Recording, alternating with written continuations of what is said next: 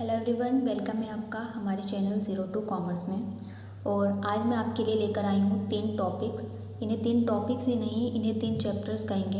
ये 3 चैप्टर्स हैं जो आपकी क्लास 9th में भी हैं और क्लास 11th में भी हैं। तो एक ही वीडियो के अंदर हम 3 चैप्टर्स कंप्लीट करेंगे बहुत ही आसान तरीके से और बहुत ही कम टाइम में। तो इसके अंदर सबसे पहले हम करेंगे कि एंट्रीज़ कैसे बनाई जाती हैं, एंट्रीज़ के रूल्स क्या होते हैं। उसके बाद हम करेंगे कि लेज़र में पोस्टिंग कैसे की जाती है और उसके बाद ट्रायल बैलेंस कैसे बनाया जाता है। तो ये तीनों ही चीज़ें हम एक ही वीडियो के अंदर सीखेंगे।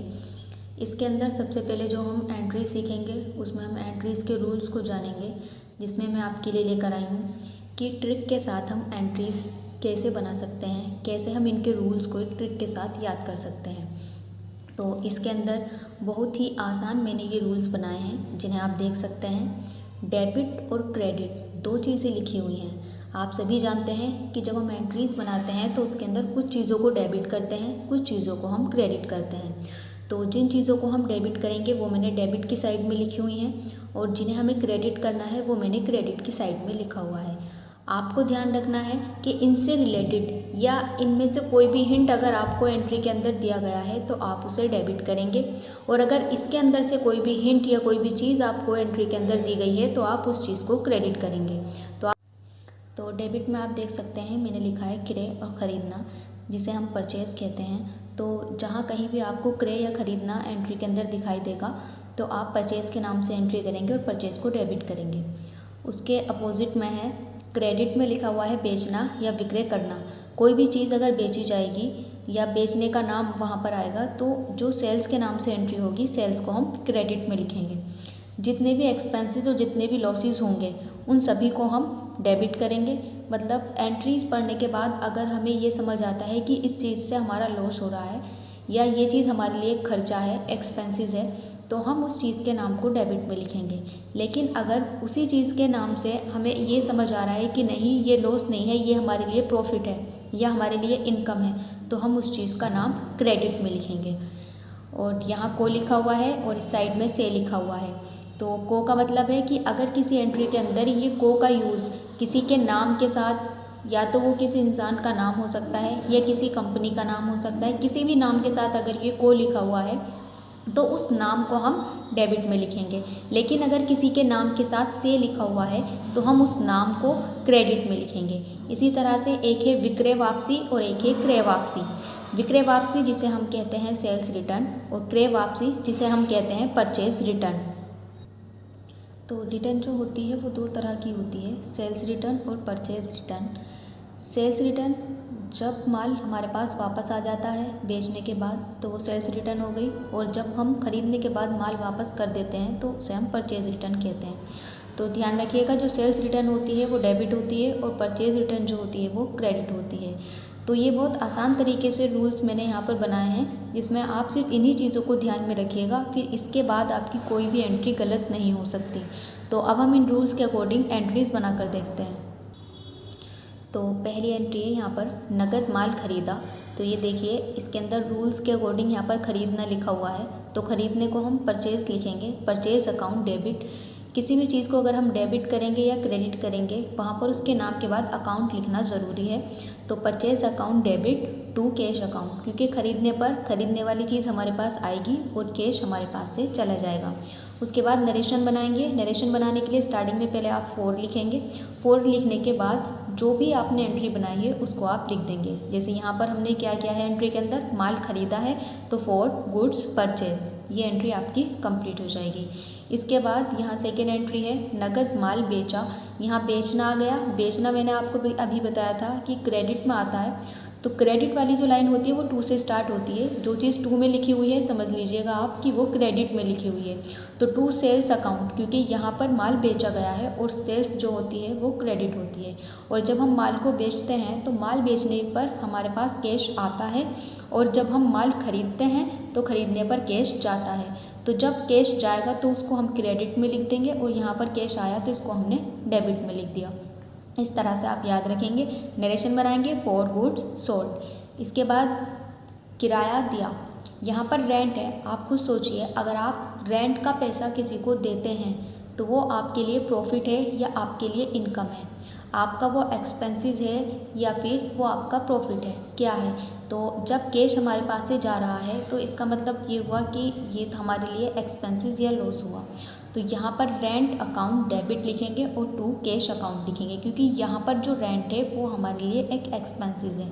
तो यहाँ rent account debit to cash account. इस बात का आपको ध्यान रखना है कि जितने भी इनडायरेक्ट एक्सपेंसेस होंगे वो सभी डेबिट होंगे, और अगर जितनी भी इनडायरेक्ट इनकम होंगी वो सब क्रेडिट होंगी। अगर ये किराया दिया की जगह यहाँ किराया मिला या प्राप्त हुआ ये लिखा हुआ होता तो ये इनडायरेक्ट इनकम बन जाती, और तब इसका नाम डेबिट में नहीं, इसका नाम क्रेडिट में लिखा जाता। जैसे यहाँ पर दिया हुआ है वेतन प्राप्त हुआ, यहाँ पर जो सैलरी है वो हमने किसी को दी नहीं है, बल्कि हमने काम किया है और हमें सैलरी मिल रही है। तो जब सैलरी हमें रिसीव होगी तो वो हमारे लिए इनकम होगी। तो यहाँ पर हम लिखेंगे cash account debit to salary account, क्योंकि सैलरी का पैसा हमारे पास आया है। इसके बाद फॉर सैलरी रिसीव्ड, इस तरह से ये एंट्री हम बनाएंगे। इसके बाद आगे के रूल्स के अकॉर्डिंग और एंट्रीज देखते हैं। मैंने आपको को और से का रूल बताया था, जिसके अंदर आप देख सकते हैं यहाँ लिखा हुआ है राम को माल बेचा। तो जो को का यूज़ है वो राम के लिए किया गया है। तो यहाँ पर जो माल बेचा है 1200 रुपये का, राम को बेचा है तो राम के लिए को लिखा हुआ है। तो राम्स अकाउंट डेबिट, किसी के नाम के साथ इस तरह से एस लगा के आप अकाउंट लगाएंगे। तो Ram's account debit to sales account. Sales कहाँ से आई, क्योंकि यहाँ बेचा आया है और यहाँ पर को आया है। तो एक हिंट आपको डेबिट का मिल गया और एक हिंट आपको क्रेडिट का मिल गया। तो for goods sold to Ram. इसी तरह से का रूल लगाएंगे, राम से माल खरीदा, purchase account debit to Ram's account. ऊपर राम का नाम डेबिट हुआ है क्योंकि यहाँ राम के नाम के साथ को लिखा हुआ था, और यहाँ राम के नाम के साथ से लिखा हुआ है, इसलिए राम का नाम क्रेडिट में आएगा। नरेशन में लिखेंगे for goods purchase from Ram. इसके बाद नीचे माल वापस किया। हम माल वापस कब करेंगे, जब हमने माल खरीदा होगा। तो इसका मतलब हुआ कि जब हमने माल वापस किया, मतलब परचेज रिटर्न हुई। और परचेज रिटर्न को मैंने कहाँ पर लिखा था, परचेज रिटर्न को मैंने क्रेडिट की साइड में लिखा था, इसलिए to purchase return account credit में जाएगा और ऊपर आएगा कैश अकाउंट डेबिट, क्योंकि जब हमने माल को वापस किया है तो हमारे पास कैश आ जाएगा और जो माल था जिसका हमने लिया था वो वापस चला जाएगा। नरेशन में लिख देंगे फॉर गुड्स रिटर्न। इसी तरह से माल वापस आया, वहाँ हमने माल वापस किया था, यहाँ माल वापस आया है। माल हमारे पास वापस कब आएगा, जब हमने किसी को बेचा होगा। तो यहाँ पर हमने किसी को माल बेचा था तो उसने हमें वापस कर दिया, sales return account debit to cash account. Narration में लिख देंगे फॉर गुड्स रिटर्न। तो इस तरह से हम सारी एंट्रीज बनाएंगे। इसके अलावा भी कोई भी आप अपनी बुक की एंट्री उठाकर देखिएगा और उसे बनाकर देखिएगा इन रूल्स के अकॉर्डिंग, एक भी एंट्री आपकी गलत नहीं होगी। तो ये हमारा फर्स्ट टॉपिक यहाँ पर कंप्लीट होता है, जो आपका एक चैप्टर है 9th क्लास में भी है और 11th में भी है। तो आप कोई भी एंट्री वहाँ से उठाकर देखिएगा, आपकी एंट्री आराम से बन जाएंगी। इसके अलावा 9th में तो ये सिंपल ही एंट्रीज़ हैं सारी, लेकिन 11th क्लास में जीएसटी की भी हैं, तो उसके लिए आप हमारी वीडियो देख सकते हैं। मैंने जीएसटी की एंट्री, डिस्काउंट के एंट्रीज़ के लिए भी अलग अलग वीडियो बनाई हुई हैं। तो अब हम इसका दूसरा टॉपिक स्टार्ट करते हैं कि लेज़र में पोस्टिंग कैसे की जाती है। तो जब आप फर्स्ट स्टेप कंप्लीट कर लेंगे, एंट्रीज़ बना लेंगे, अगर आपकी एंट्रीज सही हो जाएंगी तो उसके बाद ही आप लेज़र में पोस्टिंग कर पाएंगे। तो लेज़र में पोस्टिंग करने के लिए क्या करना होता है, आपको अकाउंट्स बनाने होते हैं।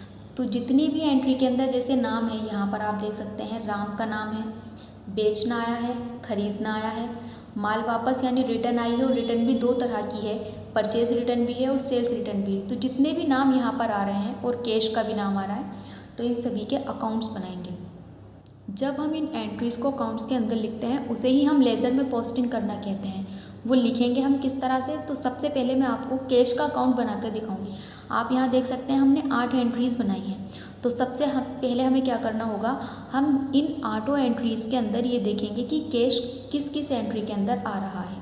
जिस एंट्री के अंदर कैश होगा उसे ही हम कैश के अकाउंट के अंदर लिखेंगे, और जिस एंट्री के अंदर कैश नहीं आ रहा है उस एंट्री को हम छोड़ देंगे। तो यहाँ हम देख सकते हैं राम की जो दोनों नाम से एंट्री दी गई हैं, दोनों में ही कैश नहीं है, तो ये दोनों एंट्री हम छोड़ देंगे। इसके अलावा नीचे जो दोनों एंट्रीज़ हैं दोनों में कैश आ रहा है, यहाँ डेबिट में है कैश और यहाँ क्रेडिट में है, तो ये दोनों एंट्री भी लेनी है। और इससे पहले वाली जो 4 एंट्रीज़ हैं उनको भी हम देखते हैं।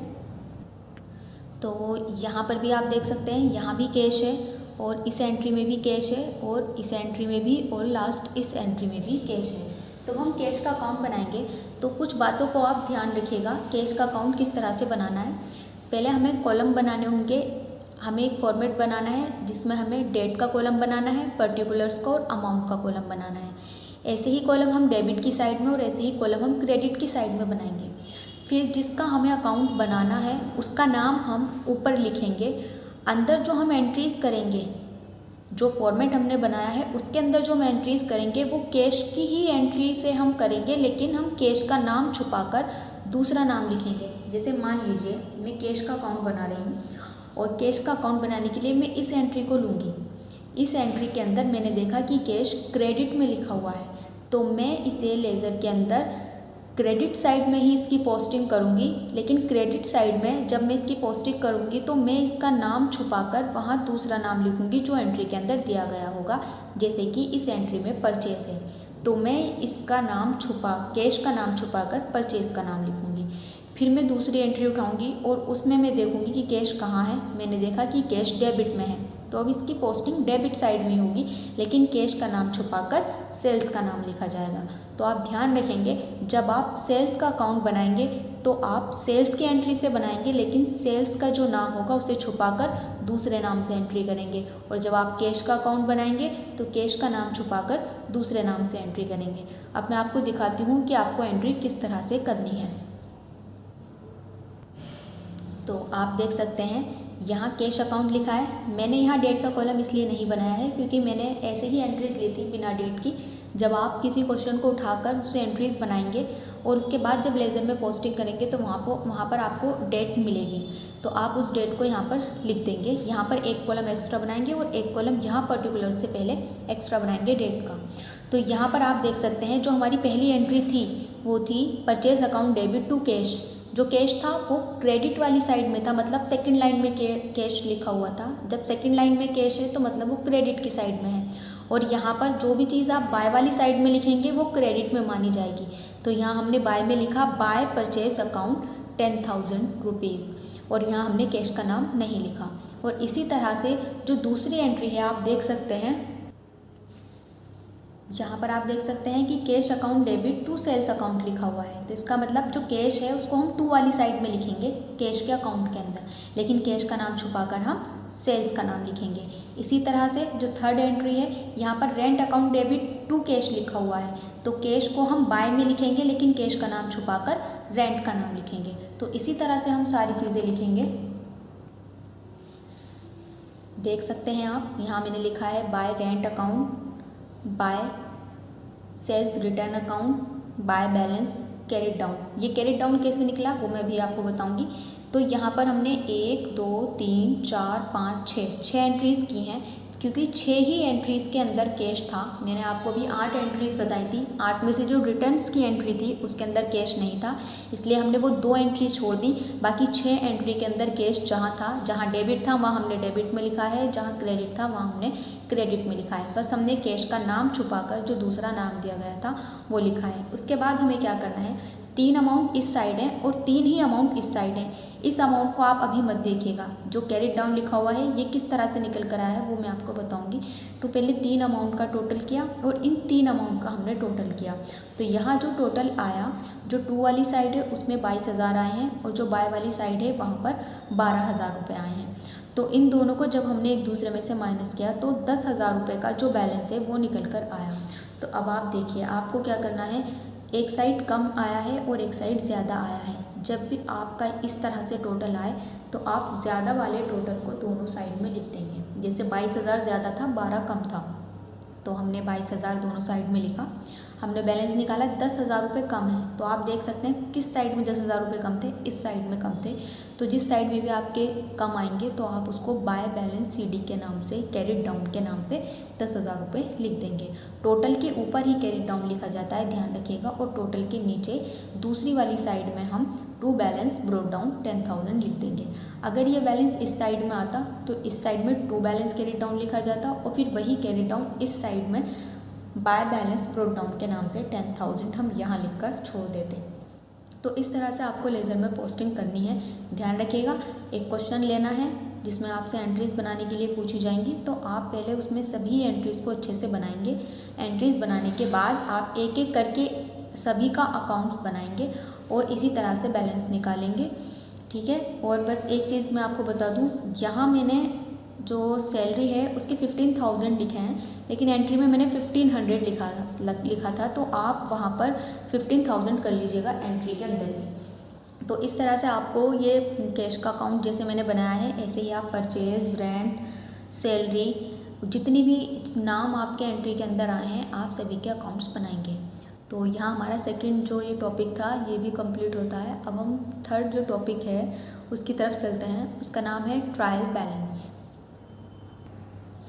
यह है ट्रायल बैलेंस, जिसे हम हिंदी में तलपट कहते हैं। ये क्यों बनाया जाता है? ये इसलिए बनाया जाता है कि जितने भी, क्योंकि ट्रायल बैलेंस जो हम बनाते हैं ये थर्ड स्टेप होता है। एंट्रीज के पहले एंट्री होती है, एंट्री के बाद लेज़र में पोस्टिंग, और लेज़र में पोस्टिंग के बाद आप ट्रायल बैलेंस बनाते हैं। तो जो आपने लेज़र बनाए हैं तो क्या वो सही बने हैं या नहीं, इस बात को जानने के लिए ही ये ट्रायल बैलेंस बनाया जाता है।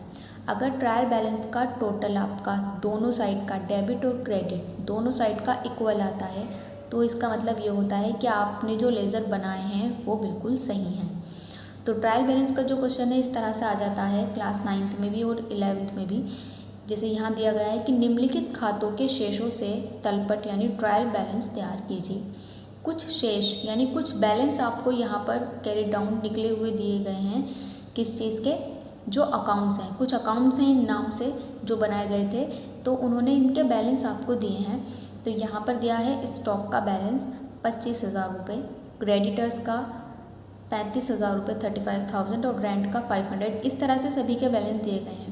तो सबसे पहले ही जैसे यहाँ स्टॉक दिया गया है, तो स्टॉक के बारे में आपको पता होना चाहिए कि स्टॉक 2 टाइप्स का होता है, एक होता है ओपनिंग और एक होता है क्लोजिंग। जो ओपनिंग स्टॉक होता है उसको ट्रायल बैलेंस में डेबिट किया जाता है, और जो क्लोजिंग स्टॉक होता है उसको हम क्रेडिट वाली साइड में लिखते हैं। आपको ध्यान रखना है कि आप कैसे पहचानेंगे कि स्टॉक ओपनिंग है या क्लोजिंग है। पहली बात, अगर स्टॉक इस तरह से दिया गया है, उसके आगे ना कोई डेट मेंशन है, ना ही उसके आगे हिंदी में प्रारंभिक या अंतिम या इंग्लिश में ओपनिंग क्लोजिंग कुछ नहीं लिखा हुआ है, तो आप उसे ओपनिंग मानेंगे। अगर क्लोजिंग लिखा हुआ है फिर तो आपको क्लियर ही हो जाएगा कि वो क्लोजिंग है, लेकिन अगर कुछ नहीं लिखा हुआ है तो आप उसको ओपनिंग मानिएगा। और अगर इसके सामने कोई डेट मेंशन कर रखी है तो डेट को आपका ध्यान रखना है। अगर 1 तारीख से लेकर 15 तक की कोई डेट दे रखी है तो वो स्टॉक आपका ओपनिंग कहलाएगा, लेकिन 15 के बाद से जो भी डेट आपको दी गई है स्टॉक के आगे तो आप उसको क्लोजिंग मानेंगे। तो यहाँ स्टॉक है, क्रेडिटर्स है, रेंट है, परचेज है, बहुत सारी चीज़ें दी गई हैं। आपको बनाना कैसे है ट्रायल बैलेंस वो मैं आपको बताती हूँ। आपको एक फॉर्मेट बनाना है जहाँ लिखना है पर्टिकुलर्स, और उसके सामने बनाने हैं 2 अमाउंट के कॉलम, डेबिट और क्रेडिट का। एक के ऊपर आप डेबिट लिख देना और एक के ऊपर आप क्रेडिट लिख देना। उसके बाद आपको क्या करना है, क्वेश्चन के अंदर जितनी भी चीज़ें दी गई हैं सभी के नाम पर्टिकुलर्स के अंदर आप उतार देंगे इस तरह से। जब आप सारे नाम उतार देंगे, नाम उतारने के बाद आपको इनकी जो अमाउंट है उन्हें डेबिट और क्रेडिट करना है। तो डेबिट और क्रेडिट किस तरह से करना है उसके लिए आप मेरी कुछ बातों को ध्यान रखिएगा। अगर आपने ध्यान रखी तो आप ट्रायल बैलेंस गलत नहीं कर सकते। आपको ध्यान रखनी है उन चीज़ों के नाम जो डेबिट होती हैं और उन चीज़ों के नाम जो क्रेडिट होते हैं। तो यहाँ पर जो मैंने आपको एंट्रीज़ के रूल्स बताए थे वो भी काम आने वाले हैं। जो चीज़ें मैंने एंट्रीज़ के रूल्स में डेबिट में लिखी थी आप उन्हें डेबिट करेंगे, जो चीज़ें मैंने क्रेडिट में लिखी थी उन्हें आप क्रेडिट करेंगे। उनके अलावा कुछ नई चीज़ें, कुछ नए नाम आपको इसके अंदर देखने के लिए मिल सकते हैं, तो उन्हें मैं बता दूंगी कि वो आप डेबिट करेंगे या क्रेडिट। जैसे यहाँ स्टॉक लिखा हुआ है, स्टॉक के बारे में मैं आपको बता चुकी हूँ कि ये ओपनिंग होगा तो डेबिट होगा, तो हम इसके अमाउंट को डेबिट में लिख देंगे, क्रेडिट में कुछ नहीं लिखेंगे। क्रेडिटर्स CR से स्टार्ट होता है, ध्यान रखिएगा क्रेडिट में ही जाएगा। CR के आ रहा है स्टार्टिंग में तो आप इसको एक हिंट मान के याद रखिएगा। क्रेडिटर्स हैं तो क्रेडिट में जाएंगे। रेंट है, एक्सपेंसेस है, मैंने बताया था एक्सपेंसेस डेबिट होते हैं, ये डेबिट में जाएगा। परचेज है, परचेज भी आपको डेबिट में बताई थी, डेबिट में जाएगी। सैलरी है, सैलरी भी एक एक्सपेंसेस है, अगर इसके सामने रिसीव लिखा हुआ होता तो ये इनकम होती तब ये क्रेडिट में जाती। रेंट भी अगर इसके सामने रिसीव्ड लिखा हुआ होता तो ये भी क्रेडिट में जाता, लेकिन ये दोनों ही चीज़ें डेबिट में जाएंगी। सेल्स क्रेडिट होती है तो इसके अमाउंट को हम क्रेडिट में लिखेंगे। वेजेस ये एक डायरेक्ट एक्सपेंसेस है, ये भी डेबिट में जाएगा, चाहे एक्सपेंसेस डायरेक्ट हो या इनडायरेक्ट, दोनों ही डेबिट में जाएंगे। इसके बाद डिस्काउंट रिसीव्ड है, साफ साफ लिखा हुआ है रिसीव्ड, डिस्काउंट है, दिया नहीं है मिला है, तो इसलिए ये क्रेडिट में जाएगा। डेटर्स हैं, डेबिट होते हैं। डेटर्स हो फर्नीचर हो, मोटर कार हो, बिल्डिंग हो, कहने का मतलब है जितनी भी एसेट होती हैं, मतलब जितनी भी संपत्तियां होती हैं वो सब डेबिट होती हैं। तो डेटर्स भी एक संपत्ति है यानी एसेट है, फर्नीचर भी एसेट है, बैंक भी एसेट है, कैश भी एसेट है। तो यहाँ तक की जो अमाउंट है कैश तक वो सब डेबिट होंगी। उसके बाद कैपिटल है, कैपिटल को ध्यान रखिएगा, कैपिटल क्रेडिट होती है। मोटर कार है हमारे लिए एक एसेट हो गई तो ये भी डेबिट होगा। कमीशन है हमारे लिए खर्चा है, इंश्योरेंस भी हमारे लिए खर्चा है, यानी ये दोनों भी एक्सपेंसेस हैं तो ये दोनों भी डेबिट होंगे। जब आप सारी चीज़ों की अमाउंट को लिख देंगे डेबिट और क्रेडिट में, फिर लास्ट में आपको टोटल करना है इन दोनों कॉलम का। तो आप देख सकते हैं यहाँ पे जो मैंने टोटल लिखा है वो आया है 96,500। दोनों ही साइड का मेरा जो टोटल है वो इक्वल आया है। इसका मतलब है कि ट्रायल बैलेंस हमारा बिल्कुल सही बना है। तो आपको बस यही ध्यान रखना है कि किन चीज़ों को हमें डेबिट करना है, किन चीज़ों को हमें क्रेडिट करना है। अगर ये वीडियो आपको पसंद आई है तो इसे लाइक कीजिएगा, शेयर कीजिएगा और कमेंट कीजिएगा। ठीक है, मिलते हैं नेक्स्ट वीडियो में।